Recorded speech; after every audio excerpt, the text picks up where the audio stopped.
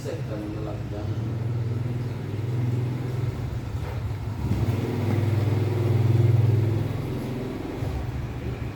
Ketika mau pun ya harus siap. Jangan ada keluh kesah dan adu-aduan. Nggak bisa. Coba kalau kita menolak wajah zaman dulu itu berangkat haji setahun, berangkat 6 bulan, pulang 6 bulan, setahun lah, atau mungkin setengah tahun lah. Sekarang cukup 9 jam nyampe.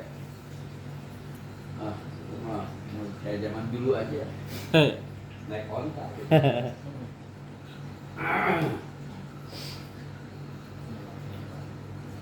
Jadi ngaji tidak menghalangi usaha. Usaha jangan menghalangi. Nah,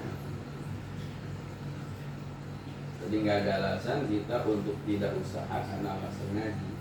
Dan sebaliknya jangan jadi alasan usaha untuk tidak ngaji.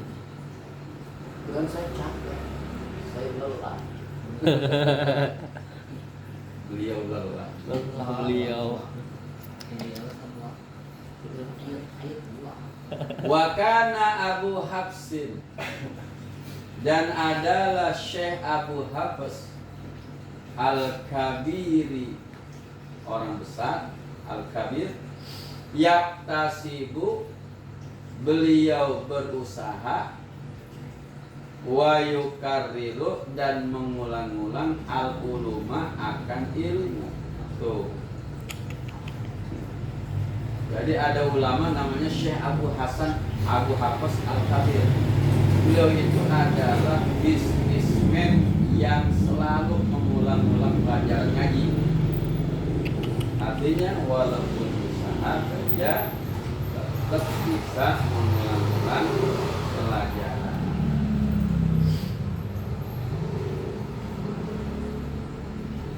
Ini dua dalil tuh, yang dua dasar. Ngaji jangan sampai meninggalkan usaha, usaha jangan sampai menghalangi Ngaji.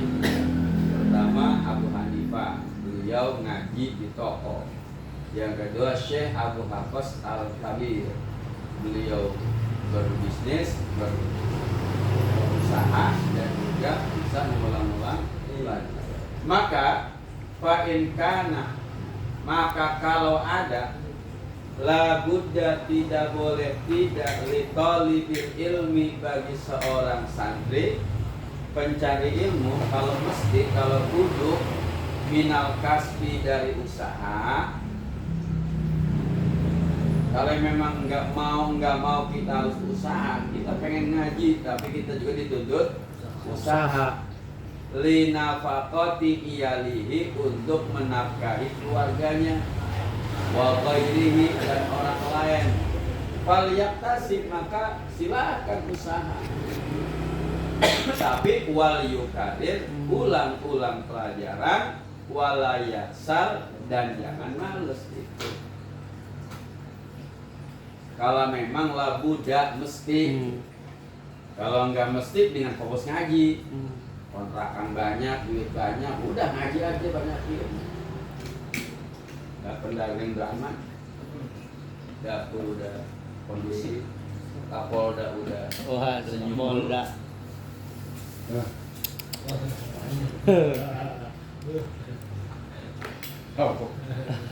Kontrakan 100 pintu, 1 pintu 1 juta, berapa bulan?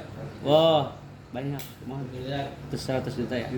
Oh, udah santai, ngaji aja udah. Terusan kerjaan ngaji mulu.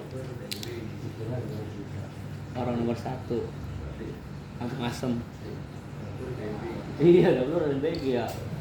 Iya.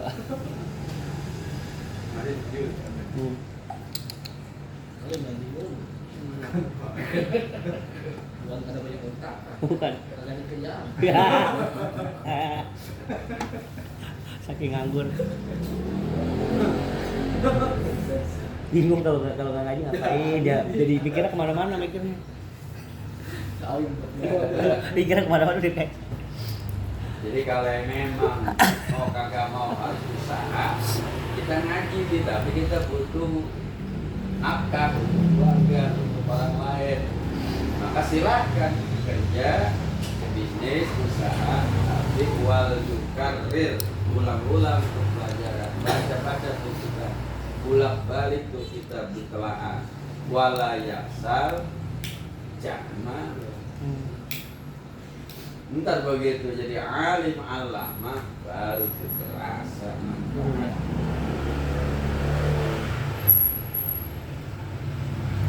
Walaisa dan tidak ada li sahihil badani bagi orang yang sehat badannya, wal aqli dan sehat akalnya, udrun alasan bitar kita alumi di dalam meninggalkan ngaji, watafakuhi dan belajar.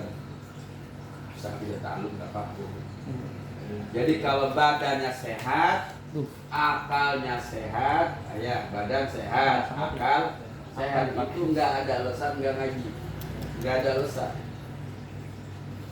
Jadi kalau mau ada alasan ya minta sakit.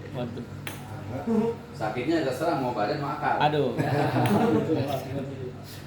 Badan sehat, akalnya nggak sehat. Aduh.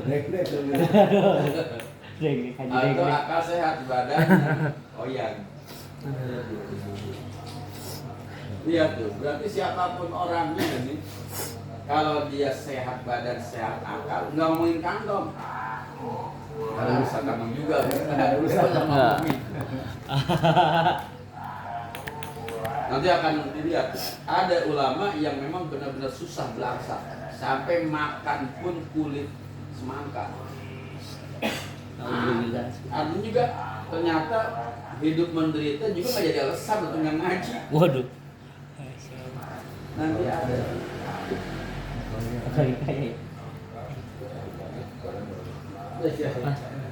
Tapi saking menjaga kehormatannya, makanya ngumpet. Yang penting kan makan untuk hidup, hidup untuk Kakak. saking prihatinnya.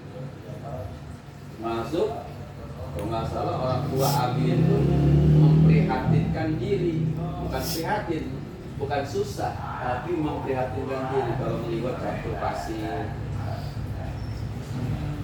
kiat-kiat ngaji. Jadi ini bukan kata Syekh Az-Zarnuji. Walaisa dan tidak ada li sahihil badani bagi orang yang sehat badannya, wal aqli dan sehat akalnya, udrun alasan fitar kita alumi di dalam meninggalkan ngaji, wa tafakuhi dan belajar, nggak ada alasan. Kenapa? Fa innahu, nah ini ada di fa innahu, maka sesungguhnya situasi kondisi la yakunu tidak ada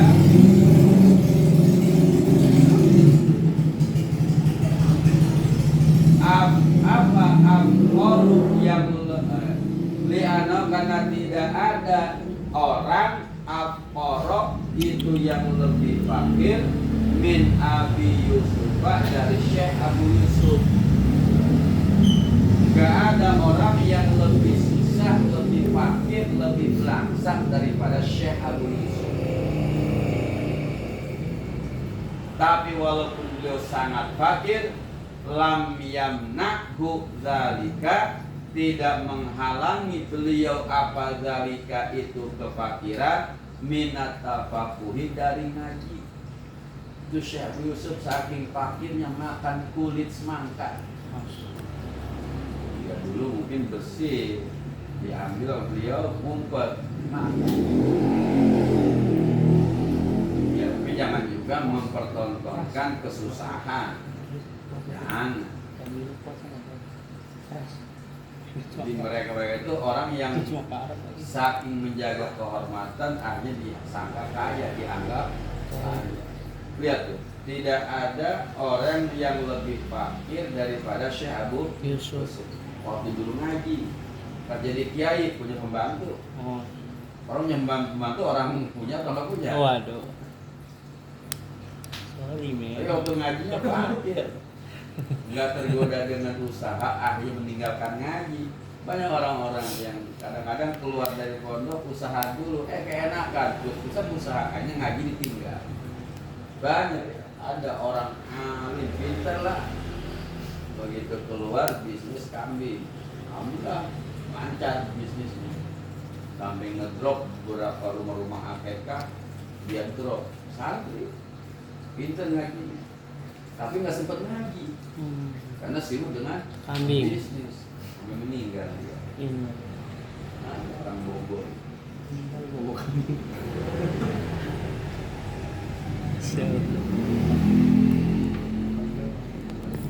Faman kana lahu malun kasirun.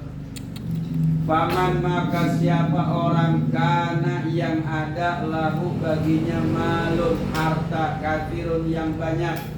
Maka siapa orang yang memiliki harta yang banyak memanfaatkan fa ni'mal malus sholihu lirrajulis sholihi, maka sebaik-baiknya harta yang baik itu ada di tangan laki-laki yang soleh. Waduh, udah RW duit banyak rajin ngaji, kurang apa coba? Babi ayi ala Ganteng kan. Makanya yang nggak punya duit aja ngaji, kalau kan tapi ngaji doang. Ya. Bukan RW aja ngaji loh, RW. Kudunya gitu, para RT pada malu. Lah itu paman kana lahu malun kasirun, yang ampor aja, yang sangat fakir aja rajin ngaji. Faman kana maka siapa orang yang ada lahu baginya malun katirun harta yang banyak, bahasa kitanya orang yang punya duit banyak, orang yang punya harta yang banyak, maka ketahuilah fa ni'mal malus shalih lirrajulis shalih. Udah hartanya banyak, rajin ngaji, hartanya banyak, rajin ibadah. Itu adalah orang yang paling baik dan paling beruntung. Ma'asaraddin wa dunya idaj tamaa. Betapa indahnya orang saleh yang kaya. Betapa indahnya orang kaya, saleh, orang saleh kaya. Indah benar. Udah duitnya banyak, ibadahnya rajin. Turun dari Pajero Fortuner pakai Masterpiece kan keren. Waduh. Walaupun sudah jepit. Iya. Daripada naik angkot nggak sholat. Udah belangsa nggak sholat. Ngomong, lu bubur dunia. Waduh. Kemewahan. Dia nggak sadar. Lu belangsa sholat kagak, ngaji lo. Malah nuduh orang yang berharta bubur dunia. Dan dulu Pak, ini yang bubur dunia siapa? Saya apa? Saya alhamdulillah waktu sholat mampir ke masjid, berhenti sholat. Abang, ayo aja di jalanan. Yang bubur dunia itu bukan orang kaya aja, orang belangsa dia bubur dunia. Gara-gara belangsanya dia nggak ibadah. Fa ni'mal malus shalih lirrajulis shalih. Tila dikatakan li alimin kepada kiai, tila dikatakan li alimin kepada orang alim. Ada orang alim, kiai ditanya, nggak disebut namanya. Biasanya kalau begini berarti masih hidup tuh kiainya. Tila li alimin, ditanya orang alim. Kiai ditanya, bima adroktal ilma, dengan sebab apa Anda mendapatkan ilmu? Allah bahasa kita mah pakai mohon maaf, apa sih kiat dan sebabnya kiai jadi kiai itu? Resep. Dengan sebab apa Kiai Tuhan mendapatkan ilmu? Kitab ini bisa, kitab itu bisa, ilmu ini bisa. Apa sih gara-garanya? Qala berkata itu kiai bi abin ghaniyin, gara-gara baba saya orang kaya. Penting jadi orang kaya juga. Bi abin ghaniyin, bi artinya dengan, Abin Babe. Ghaniyin Kaya. kaya. Saya jadi kiai gara-gara bapak saya Kaya. Lah emang kenapa orang bapak kaya emang bisa beli kita? Bukan begitu. Masalah kita mah gampang lah, yang penting beli gitu ya. Iya. Masalah mondok ya, di semua orang bisa mondok. Nih, bapak saya gara-gara kaya nih. Li annahu kana yastalihu bihi ahlal ilmi wal fadli. Li annahu, karena bapak saya, anak kaya bapak saya, yastani'u, itu berbuat baik, ahlal ilmi wal fadli, kepada para kiai dan para ulama.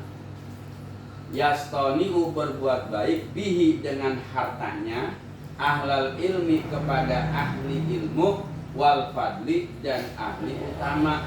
Bahasa kita mah, bapak saya karena kaya itu sering berbuat baik kepada para ulama, para kiai, para ustaz. Kalau lebaran dikirim BHS. Belum lagi parcel. Gara-gara barokah itu saya anaknya dipermudah mencari ilmu. Jadi itu pengakuan. Jadi antaranya abahas lah. Kita berubah dari perkara apapun. Itu Haji Nopal, bapaknya rajin banget ngasih BHS ke Dewan Kiai. Itu cerita abahas. Tuh kalau pemuda itu ngasih. Almarhum mama, mbak ya, bapaknya Abi, wow, sama kiai mau, hanya adik kiai. Jadi di antara kita pengen punya anak jadi ulama, jadi kiai, jadi orang soleh, kita sebagai bapak juga harus ikut bekerja dengan berbuat baik kepada orang-orang soleh. Emak saya alhamdulillah setiap Jumat ngirimin nasi ke Popong, belum lagi ke Abi, belum lagi ke Ustazah, selalu berbuat baik kepada mereka. Jadi kebaikan dan kesalehan orang tua itu keberkahannya bisa turun ke anak. Soalnya kalau kita lihat uraian sebelumnya, siapa yang pengen anaknya jadi orang soleh, maka berbuat baiklah kepada para ulama. Maka niscaya anaknya akan menjadi ulama. Kalau enggak, anaknya, cucunya, keturunannya pasti ada yang jadi ulama, pasti itu, pasti. Udah mujarobat lah, udah teruji, udah dikaji, dibaca ke orang-orang. Fa innahu sababu ziyadatil ilmi. Fa innahu, karena bahwasanya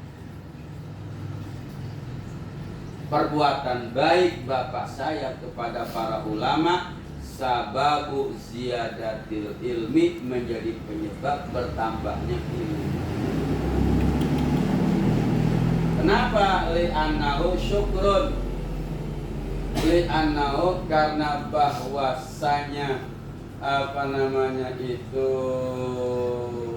ngaji, syukrun adalah ungkapan syukur, ala nikmatil aqli, atas nikmat akal, wal ilmi, dan nikmat ilmu. Wa annahu sababuz ziyadah, dan bahwasanya syukur atas nikmat ilmu dan akal itu penyebab bertambahnya ilmu. Bila dikatakan, ditanya, qala Abu Hanifah, berkata Abu Hanifah, innama adraktul ilma bilhamdulillahi ta'ala wa syukri. Imam Abu Hanifah ditanya, wahai Imam, kira-kira sebabnya apa Imam mendapatkan ilmu? Apa jawaban beliau? Innama adraktul ilma, pastinya saya dapatkan ilmu, bilhamdulillahi ta'ala wa syukri, dengan sebab saya membaca alhamdulillah dan bersyukur. Jadi kalau pengen tahu kenapa saya mendapatkan ilmu, diberikan ilmu oleh Allah, gara-gara selalu saya ngucapin alhamdulillah. Fakullama fahimtu, maka setiap saya paham, wa wufiqtu, dan saya mendapatkan taufik ala fiqhin, atas ilmu, wa hikmatin dan hikmah, ya, ketika saya mendapatkan taufik atas pemahaman dan hikmah, faqultu, maka saya ucapkan alhamdulillah. Akhirnya fazdada, maka bertambah apa ilmu saya. Artinya apa? Banyak kiat-kiat untuk menggapaikan ilmu. Kalau yang punya harta, manfaatkan itu harta untuk mendapatkan ilmu. Harta nggak punya, selalulah banyak bersyukur kepada Allah atas nikmat sehat akal dan ilmu. Dengan cara apa? Ya setiap kita paham dan tahu, ucapkan alhamdulillah. Akhirnya bertambah ilmu kan. La in syakartum bertambah ilmu, bertambah ilmu.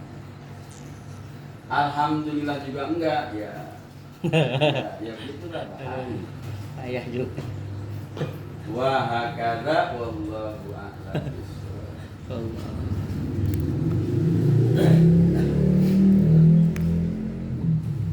12 aja. Perasaan baru setengah 11.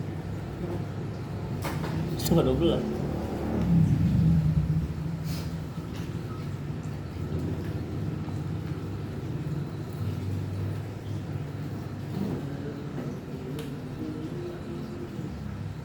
Intensitas mah udah dijelasin ya, yang ini juga. Iya. Ya cuma dikembalikan oleh individu. Yang penting berkualitas gitu. Tiap hari ngaji umpamanya, tapi cuman ya hanya intens. Tapi bagus lah gitu. Karena kan ziyadatul bina tadulu ala ziyadatil, semakin intens ya semakin banyak pahala. Nggak dijelasin, tapi dalam keterangan lain terada. Mungkin ini kan masalah untuk motivasi. Ya jelas ada penjelasannya, itu kan ketika Jumat karena ditaqullah gitu kan. Berarti ketika Jumatnya sholat itu ya disebutnya gitu. Ada orang sebulan kan haji misalkan aku gitu kan. Iya, bahkan dalam kitab yang lain bukan sebulan, 3 hari. 3 hari dengan cukup. Karena patokannya badan, jasmani. Ya karena jasmani kamu kalau nggak dikasih makan 3 hari gimana? Tapi rohani sama.